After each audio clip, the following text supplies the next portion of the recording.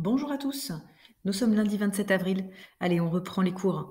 J'espère que vous avez passé de bonnes vacances, que vous vous êtes bien reposés. Donc à l'heure où j'enregistre, on n'a pas vraiment de nouvelles de l'organisation du déconfinement. Pour vous, de toute façon, c'est horizon vraiment lointain, 25 mai. Donc voilà, on va même pas s'en occuper pour l'instant. On continue nos cours à distance. J'espère que voilà, vous avez récupéré la pêche et que vous avez envie de travailler. Allez, soyons enthousiastes. Donc, petite chose à vous dire, alors j'ai commencé à corriger vos fiches de lecture, toutes celles qui sont dans le mail, c'est fait. Celles qui sont, dans Classroom, je vous ai mis un petit commentaire ici. Je sais pas trop comment vous les voyez d'ailleurs, les commentaires. Donc j'ai écrit que, je vous corrigeais en compétences, on va aller voir ça tout de suite. Et pour ne pas vous pénaliser quand vous avez travaillé, mais que le rendu est pas exceptionnel, donc j'ai mis NE comme, non évalué. Donc quand on va voir vos devoirs, on s'aperçoit que, donc voilà, j'en ai 13 encore à corriger et il y en a 13 qui sont déjà rendus. Donc je vais faire ça tranquillement, au fur et à mesure de la semaine. Pour Amélie Nothomb, donc vous allez voir tout de suite dans le programme, on va en parler en fin de semaine. Alors justement, le programme vidéo d'aujourd'hui, donc je vous présente la semaine et aujourd'hui je vais lire, des poèmes avec vous. Le but étant de vous montrer un petit peu comment on peut mettre le ton pour notre prochain exercice qui sera noté justement en compétences. Alors je vous explique ça tout de suite. Donc je vous ai mis à disposition un certain nombre de poèmes, vous en avez donc, dans les leçons, dans le recueil de poésie variée qui est là et puis ceux qui ont, le recueil Dire l'amour évidemment, vous en avez, dans votre recueil et même il y en a bien évidemment dans votre manuel, que j'ai d'ailleurs affiché là. Dans votre manuel, c'est à partir de la page, 40 je crois. Je vais vous confirmer ça tout de suite. C'est ça, à partir de la page 40, ça commence. Et donc justement dans vos manuels, là je suis page 50, on vous explique comment, lire un poème en mettant le ton. Donc là, il y a un exemple avec ce poème qui est ici, vos yeux qui s'affichent et je vais vous montrer surtout la marche à suivre. Donc d'abord, prenez le temps de bien comprendre le sens du poème. Donc si vous avez des doutes, faites-vous expliquer par, vos parents à la maison ou envoyez-moi des mails bien sûr. Ensuite, travaillez le poème, sur un logiciel de traitement de texte pour préparer votre lecture, non pas forcément, hein, vous pouvez tout à fait, aussi, sur votre livre directement au crayon de papier, entourer les E muets par exemple, ceux qu'il faudra prononcer, donc c'est-à-dire ceux qui sont suivis d'une consonne et puis, souligner les liaisons à faire, très important. Ensuite, voilà, si vous faites ça sur ordinateur, effectivement, vous pouvez vous mettre de la couleur et cetera pour, insister sur certains mots. On vous conseille aussi de mettre des petites barres obliques, là où vous devez faire des pauses, par exemple aux endroits des virgules. On vous conseille encore, ne lisez pas trop vite, variez le rythme et donc enregistrez votre lecture.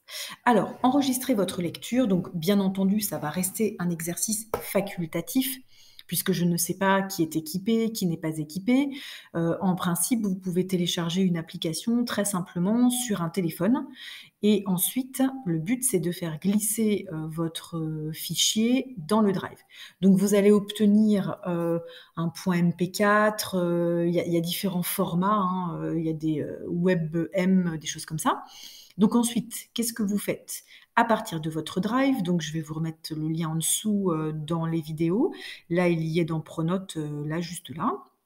J'ai créé donc un nouveau répertoire. Donc vous êtes ici dans votre répertoire français, vous avez les évaluations corrigées comme toujours, les exercices corrigés du cahier Hachette. D'ailleurs, j'ai fait du ménage, hein, j'ai tout rangé, on va en avoir de nouveau cette semaine. Vous avez, les informations, ça bouge pas beaucoup, les leçons bien sûr et vous voyez en rose, enfin en rose chez moi, hein, chez vous, il faut que vous donniez des couleurs. Pour les couleurs, je vous rappelle, hein, c'est clic droit, modifier la couleur, voilà. Donc, dans ce répertoire en rose, qui est vide, vous allez pouvoir faire glisser, des fichiers. Donc pour faire glisser un fichier, c'est pas très, très compliqué. Il suffit donc, d'ouvrir, ici, une fenêtre, avec donc, votre fichier et puis vous le faites glisser. Voilà. Donc s'il y a des soucis, vous pouvez éventuellement me les envoyer en mail, mais l'avantage de ce dossier partagé, c'est que là, du coup, moi, je vais pouvoir vous écouter et vous allez pouvoir vous écouter les uns les autres. Donc pour tous ceux qui peuvent, ce sera un travail noté. Alors noté comment? En compétences, donc voilà, je me suis connectée à Néo. Dans votre Néo, vous avez dans les applications ici Sacoche, hein, comme je vous rappelle, je vous ai déjà montré ça. Et donc, ah zut, il m'a déconnecté évidemment, c'est trop beau. Hop, donc je vais devoir me reconnecter. Eh bah, alors apparemment, bah si, il m'avait faussement déconnecté. Donc voilà, arrivé une fois dans Sacoche, heu, dans les menus, je vais vous montrer, enfin vous remontrer. Évaluation donc une classe.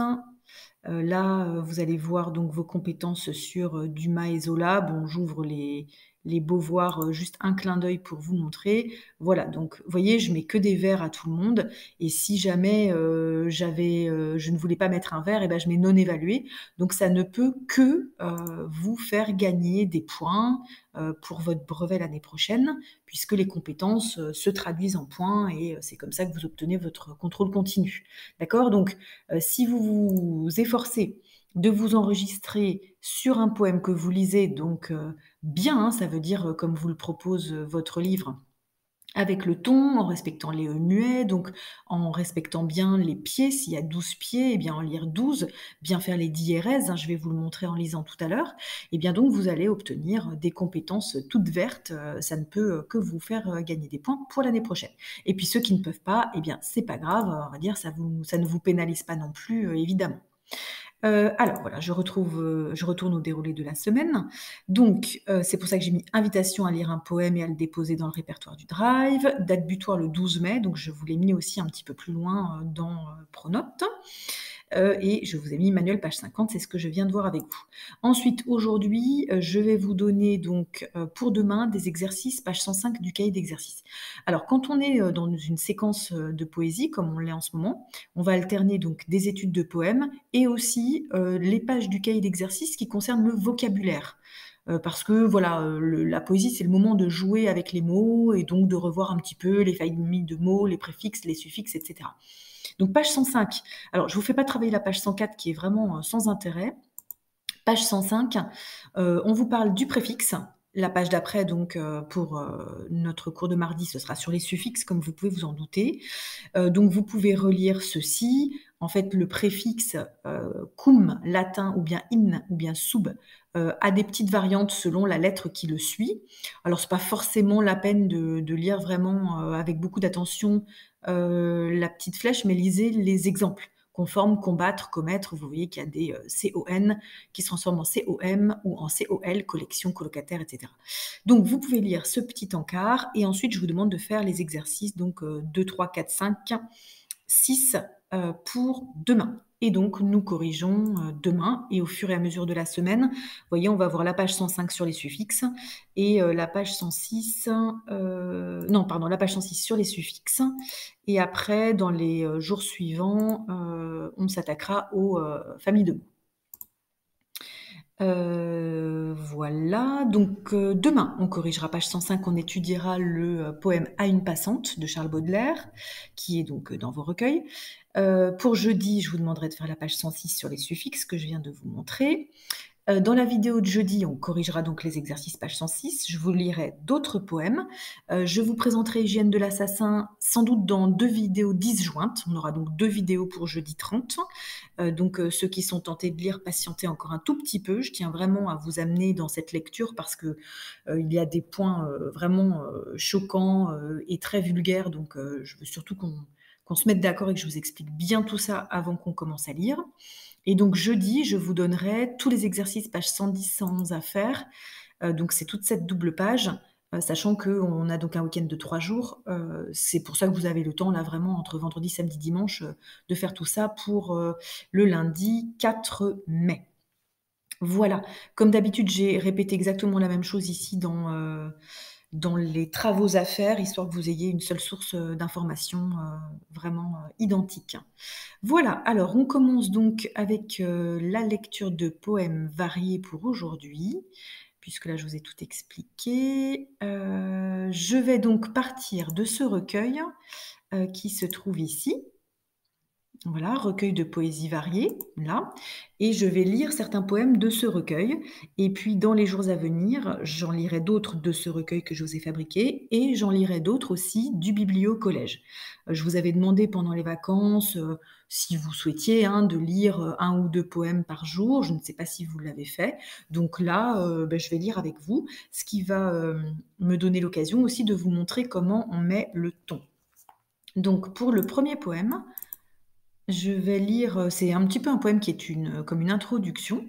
Voyez, «La nuit respire» Jean-Pierre Siméon. Il s'agit d'un poème en prose, comme vous voyez là, c'est-à-dire qu'il n'y a aucun vers et qui est, presque donc une déclaration d'amour à la poésie. La poésie, c'est comme les lunettes. On m'a souvent demandé: «La poésie, à quoi ça sert?» Avec l'air de dire, sourire en coin: «Mon pauvre monsieur, ne vous donnez pas tant de mal, hein, avec la télévision, le cinéma, le foot et le loto, on a bien ce qu'il nous faut». Et je ne savais pas que répondre parce que la poésie, pour moi, a toujours été une chose naturelle comme l'eau du ruisseau. Mais j'ai beaucoup réfléchi et aujourd'hui, je sais. La poésie, c'est comme les lunettes. C'est pour mieux voir, parce que nos yeux ne savent plus, ils sont fatigués, usés. Croyez-moi, tous ces gens autour de vous, ils ont les yeux ouverts et pourtant, petit à petit, sans s'en rendre compte, ils deviennent aveugles. Il n'y a qu'une solution pour les sauver, la poésie. C'est le remède miracle. Un poème et les yeux sont neufs, comme ceux des enfants. À propos des enfants d'ailleurs, j'ai aussi un conseil à leur donner. Les vitamines A, B, C, D, ça ne suffit pas. Si on ne veut pas qu'en grandissant ils perdent leurs yeux magiques, il faut leur administrer un poème par jour. Au moins. La nuit respire, Jean-Pierre Siméon. Voilà, donc c'était l'introduction. On n'a pas beaucoup parlé de poésie cette année, voire pas du tout. Vous pourriez croire peut-être que le gros de la littérature, c'est la prose, les romans. On s'est vraiment beaucoup attaché aux romans et aux nouvelles. Et donc j'espère vous faire apprécier avec la lecture d'aujourd'hui que la poésie doit vous provoquer des sensations, voire des frissons peut-être, et aussi des sentiments. Normalement, après certaines poésies, on peut se sentir, plus joyeux, plus mélancolique. En tout cas, on doit avoir éprouvé quelque chose. Dans Amélie Nothomb, que je suis en train donc de relire, Hygiène de l'assassin, et d'annoter pour vous vraiment vous parler des phrases essentielles, il me semble, de ce texte, un des personnages déclare que quand on lit un livre, et donc ça me semble pareil pour la poésie, on doit être différent après l'avoir lu. Il doit s'être passé quelque chose, on ne ressort pas de la lecture indemne.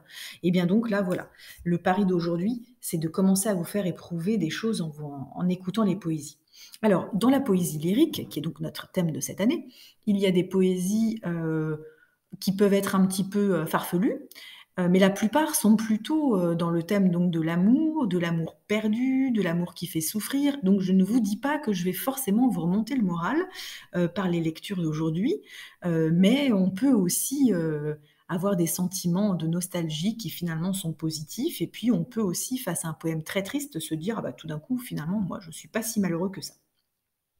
Alors, dans le recueil, donc je vais vous afficher différents textes. Je vous ai mis donc par ordre chronologique, donc de la poésie latine. Et au milieu de la poésie latine, j'ai été un petit peu roublarde. Je vous ai fait une farce. Donc Martial, c'est vraiment un poète latin. Mais Raymond Queneau, pas du tout. D'ailleurs, vous voyez avec son nom quand même, Raymond Queneau. Voilà. Et Catulle, c'est vraiment un auteur latin. Donc, Raymond Queneau, peut-être le connaissez-vous parce que les exercices de style sont quand même quelque chose d'extrêmement célèbre que vous avez pu rencontrer en classe primaire. Raymond Queneau a décidé de faire un recueil complet qui s'appelle Exercice de style en racontant à chaque fois la même chose, avec différentes sortes donc d'écriture, des poèmes, voilà. Et donc là, il a écrit donc façon récit. Enfin, je vous ai copié-collé le façon récit pour qu'on comprenne de quoi on parle. Et en même temps, je vous ai mis le poème latin juste au-dessus. C'est du faux latin, vous allez voir, je pense que vous allez reconnaître quand même les mots. Alors, je vous lis le français d'abord, évidemment. Récit.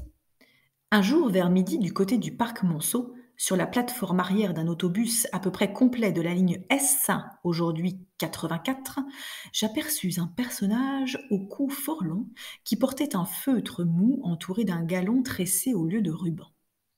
Cet individu interpella tout à coup son voisin en prétendant que celui-ci faisait exprès de lui marcher sur les pieds chaque fois qu'il montait ou descendait des voyageurs. Il abandonna d'ailleurs rapidement la discussion pour se jeter sur une place devenue libre.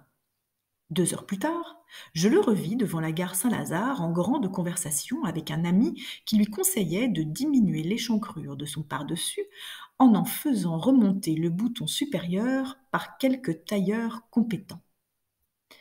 Alors, le feutre mou entouré d'un galon, que vous voyez là, c'est un feutre, c'est un chapeau. C'est une métonymie bien commune, on la retrouvera aussi chez Cyrano de Bergerac d'ailleurs.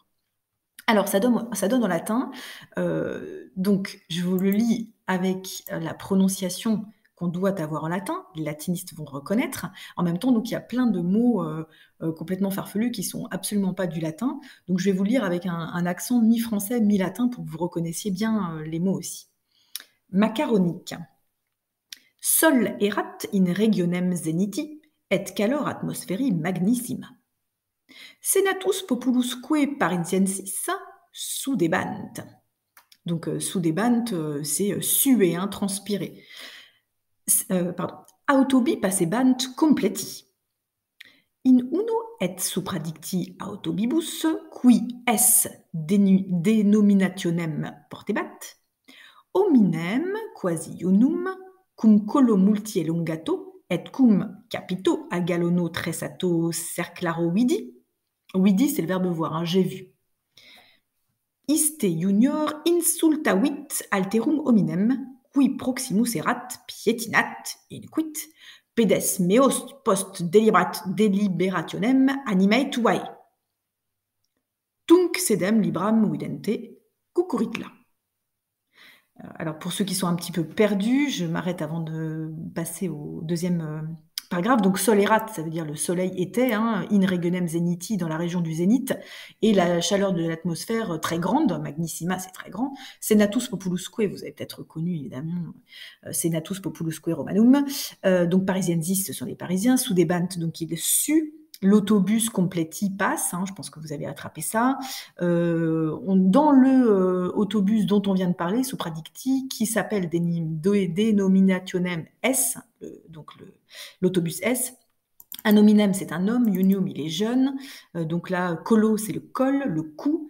Elongato pour long, le chapeau, on a les galons qu'on voit ici, les cerclaros, c'est toutes ces le ruban, etc. Et donc vidi, comme je vous disais, le verbe voir.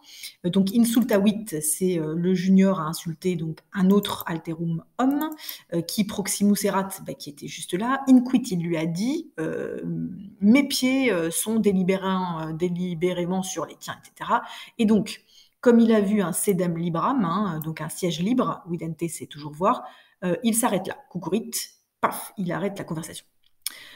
Sol duas horas in cello abebat descenduens Sancti Lazari, donc c'est la gare Saint-Lazare, Sancti Lazari stationem, ferrocaminorum, donc là on voit le chemin de fer, passente devant, iunium supradictum, donc il voit à nouveau le même jeune, cum altero eiusdem, avec un autre tout juste comme lui, farinae qui arbitraire elegantarium tiarum, donc pardon, ils sont donc en train de parler d'élégance, donc qui arbiter elegantiarum erat, et qui à propos, donc un faux mot complètement, et qui à propos uno ex butonis capae junioris consilium donebat vidi. Donc j'ai vu, Widi ici, et donc ensuite il faut reprendre la phrase à l'envers, le même jeune homme qui parlait à l'autre donc à propos de son boutonis, de sa cape, et l'autre lui donnant donc consilium, un conseil. Donc pour vous dire que la poésie, c'est bien un jeu avec les mots, et pourquoi pas un jeu avec des faux mots, ici des faux mots latins, mais on en verra bien d'autres par la suite. Avec les mots valises notamment, des mots inventés, etc. Alors, je saute au XVIe siècle, avec Joachim du Bellay. Et donc là, j'avais envie de vous afficher des photos pendant que je lisais, ce qui était plus joli que juste le texte. Alors, ici, il s'agit d'un sonnet donc de Joachim du Bellay, qui ne porte pas de nom et les 2 sonnets que je vais vous lire concernent le voyage de Joachim du Bellay au XVIe siècle. Il allait à Rome, voir, ce qu'il restait des ruines de Rome et en fait, il est très déçu parce que, Rome à l'époque, le forum romain n'est pas aussi beau que ce que je vous montre là. Tout est en ruine, on n'a pas eu, ni le 19e siècle, ni le 20e siècle pour remonter les ruines et faire de la restauration. Donc tout est quasiment au niveau du sol et donc Joachim du Bellay s'attendait à quelque chose de majestueux et voilà, il est franchement déçu. D'où ces poèmes qui lui sont inspirés par cet état des choses et cette grande nostalgie du passé glorieux des Romains. Donc le poème commence par Nouveau venu qui cherche Rome en Rome. Et donc le nouveau venu, c'est lui. Hein. Il s'adresse à nous en disant, toi qui es nouveau venu, toi qui cherches Rome, la Rome antique dans la Rome moderne, eh ben tu vas voir, tu ne vas rien voir. Voilà ce qu'il dit. Donc il s'adresse à nous, mais en même temps, c'est son expérience personnelle qu'il nous livre, et c'est pour ça que c'est un poème lyrique. Nouveau venu qui cherche Rome en Rome, et rien de Rome en Rome n'aperçoit. Ces vieux palais, ces vieux arcs que tu vois, et ces vieux murs, c'est ce que Rome on nomme. Vois quel orgueil, quelle ruine est comme celle qui mit le monde sous ses lois, pour dompter tout se dompta quelquefois, et devint proie au temps qui tout consomme. Rome de Rome est le seul monument, et Rome a vaincu seulement. Le Tibre seul qui vers la mer s'enfuit reste de Rome. Ô mondaine inconstance, ce qui est ferme est par le temps détruit, et ce qui fuit au temps fait résistance. Voilà le premier poème. Deuxième poème, qui est toujours tiré du même recueil qui s'appelle Les Antiquités de Rome, parle donc des Romains qui ne sont plus et les nomme esprits ou ombres. C'est donc les ombres des morts. Pâles esprits et vous, ombres poudreuses, qui jouissant de la clarté du jour, fîtes sortir cet orgueilleux séjour dont nous voyons les reliques cendreuses. Dites, esprits, ainsi les ténébreuses rives de Styx non passables au retour, vous enlaçant d'un 3 fois triple tour, n'enferment point vos images ombreuses. Dites-moi donc, car quelqu'une de vous possible encore se cache ici dessous. Ne sentez-vous pas augmenter votre peine quand quelquefois de ces coteaux romains vous contemplez l'ouvrage de vos mains n'être plus rien qu'une poudreuse plaine? Donc je vous avais dit, hein, c'est pas bien gai. Alors on va changer un petit peu de ton. On reste toujours dans le même. Ah bah non, on va changer de ton, on va aussi changer de siècle parce que j'allais vous lire du Ronsard, mais on en a déjà étudié ensemble. Au XVIIe siècle, j'ai mis Jean de La Fontaine, mais je ne suis pas une grande admiratrice, enfin pas en tout cas je n'aime pas énormément, on va dire, les fables de La Fontaine, donc je n'ai pas très envie de vous en lire. Le XVIIIe siècle, donc j'ai mis un exemple de Voltaire, mais c'est pareil, Voltaire, ça n'est pas ma tasse de thé. Je préfère de loin la poésie du XIXe siècle, qui est aussi celle donc de notre programme. Et donc, je vous affiche une image de nuit, parce que je vais vous lire La Nuit de mai. Alors, La Nuit de mai a été écrite par Alfred de Musset. Je ne vous en lis qu'un extrait parce que c'est très long. Et c'est un dialogue entre le poète et sa muse. Donc, la muse de la poésie qui lui répond. Les muses, vous savez, il en existe 9, donc vous pouvez aller chercher leurs noms, qui sont tous des noms d'ailleurs assez difficiles à retenir. Alors, je vais vous lire ce qu'on ne fait pas d'habitude, qui parle. Donc au début, c'est le poète qui parle et après, c'est la muse. Le poète. S'il ne te faut, ma sœur chérie, qu'un baiser d'une lèvre amie et qu'une larme de mes yeux, je te les donnerai sans peine. De nos amours qu'ils te souviennent si tu remontes dans les cieux. Je ne chante ni l'espérance, ni la gloire, ni le bonheur, hélas, pas même la souffrance. La bouche garde le silence pour écouter parler le cœur. La muse qui répond. Crois-tu donc que je sois comme le vent d'automne, qui se nourrit des pleurs jusque sur un tombeau et pour qui la douleur n'est qu'une goutte d'eau? Ô poète, un baiser, c'est moi qui te le donne. L'herbe que je voulais arracher de ce lieu, c'est ton oisiveté, ta douleur est adieu. Quel que soit le souci que ta jeunesse endure, laisse-la s'élargir, cette sainte blessure, que les noirs séraphins t'ont faite au fond du cœur. Rien ne rend si grand qu'une grande douleur. Mais pour en être atteint, ne crois pas, ô poète, que ta voix ici-bas doive rester muette. Les plus désespérés sont les chants les plus beaux, et j'en sais d'immortels qui sont de purs sanglots. Voilà pour Musset, les 2 derniers vers étant extrêmement connus. Alors ensuite, je passe à Baudelaire, qui est bien entendu un auteur incontournable, du 19e siècle, avec son recueil qui s'appelle Les Fleurs du Mal, qui a fait grand scandale. Les poèmes que je vais vous lire ne sont pas du tout des poèmes scandaleux. Ceux qui ont fait scandale, par exemple, c'est qu'il a osé écrire un poème sur la charogne avec donc, un cadavre en putréfaction. Ça ne s'était tout de même jamais vu. Il a osé écrire des poèmes, sur ses différentes maîtresses avec des choses jugées très sensuelles et inappropriées à l'époque, comme des choses sur la chevelure et des allusions très nettes à certains transports amoureux. Donc voilà, les pièces, les textes que je vous lis là ne sont bien sûr pas du tout dans cet ordre-là. Vous voyez l'image que j'ai affichée. Ils vont parler de la nature.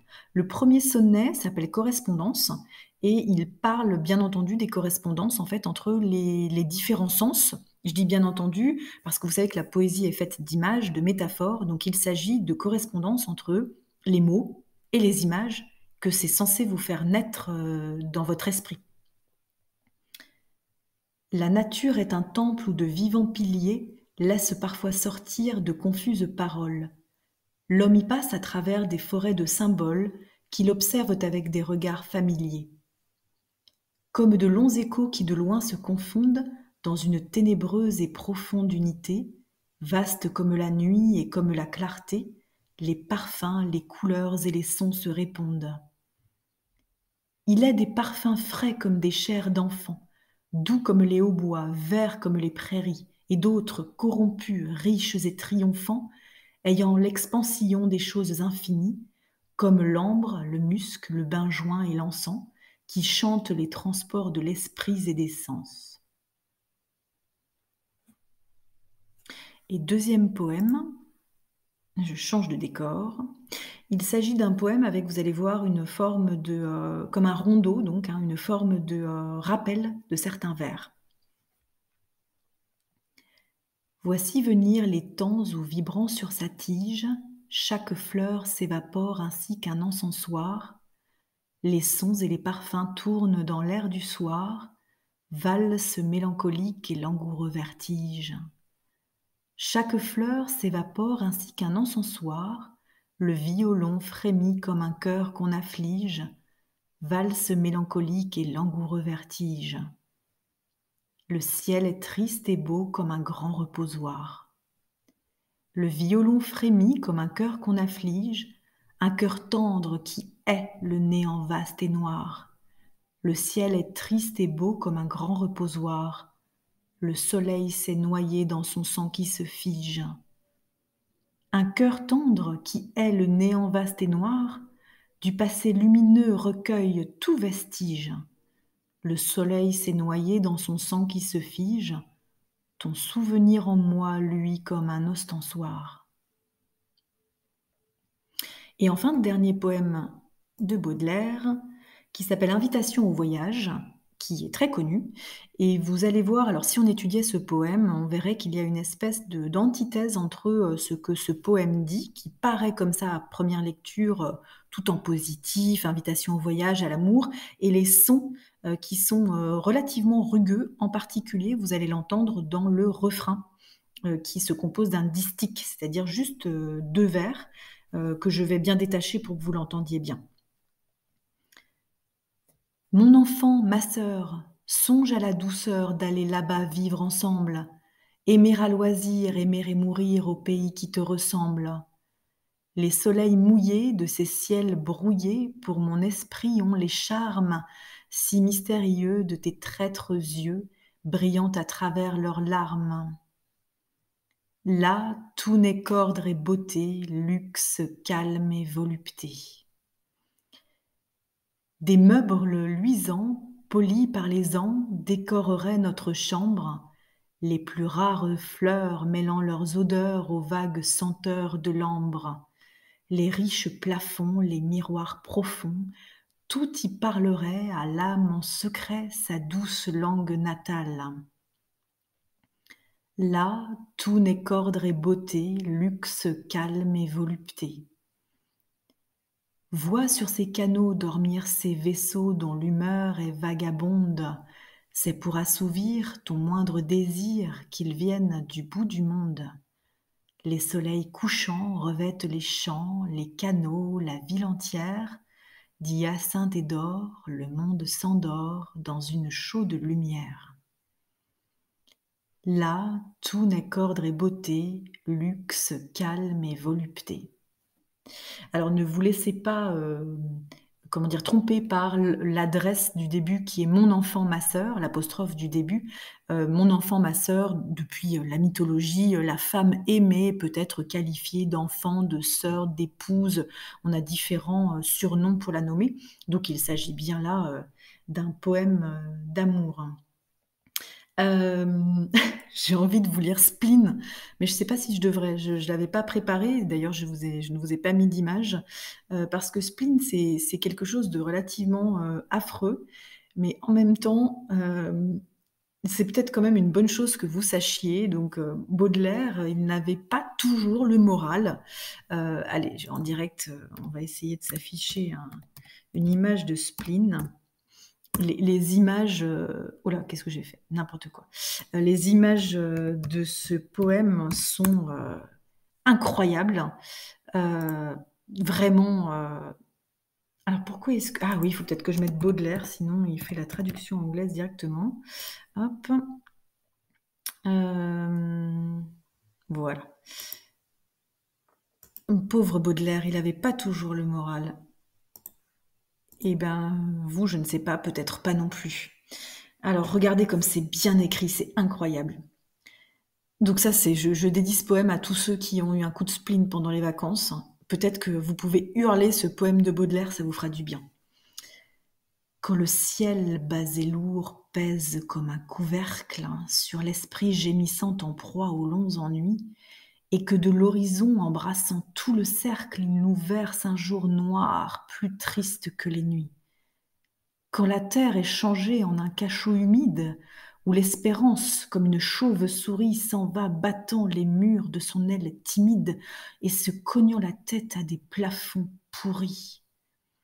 Quand la pluie étalant ses immenses traînées d'une vaste prison imite les barreaux, et qu'un peuple muet d'infâmes araignées vient tendre ses filets au fond de nos cerveaux, des cloches tout à coup sautent avec furie et lancent vers le ciel un affreux hurlement, ainsi que des esprits errants et sans patrie qui se mettent à geindre opiniâtrement.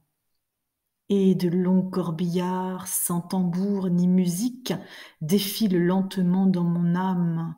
L'espoir, vaincu, pleure, et l'angoisse atroce, despotique, sur mon crâne incliné plante son drapeau noir. Bon, voilà, allez, je vous remets quand même, ça va beaucoup mieux. Voilà, si vous avez, des coups de spleen, donc écrivez, écrivez. Alors, on va pas tous faire aussi bien que Charles Baudelaire, mais voilà, ça peut, faire du bien de coucher noir sur blanc ce qui se passe. Allez, demain, ce sera beaucoup plus gai puisqu'on étudiera un poème de Baudelaire, qui parle, d'un flash amoureux, d'un coup de foudre à une passante et on verra, bon, c'est ça se le poème se termine pas forcément bien, mais on verra, ce que Baudelaire, exprime comme sentiments amoureux, ce sera toujours beaucoup plus gai que son spleen. Allez, à très bientôt, je vous souhaite donc une bonne journée.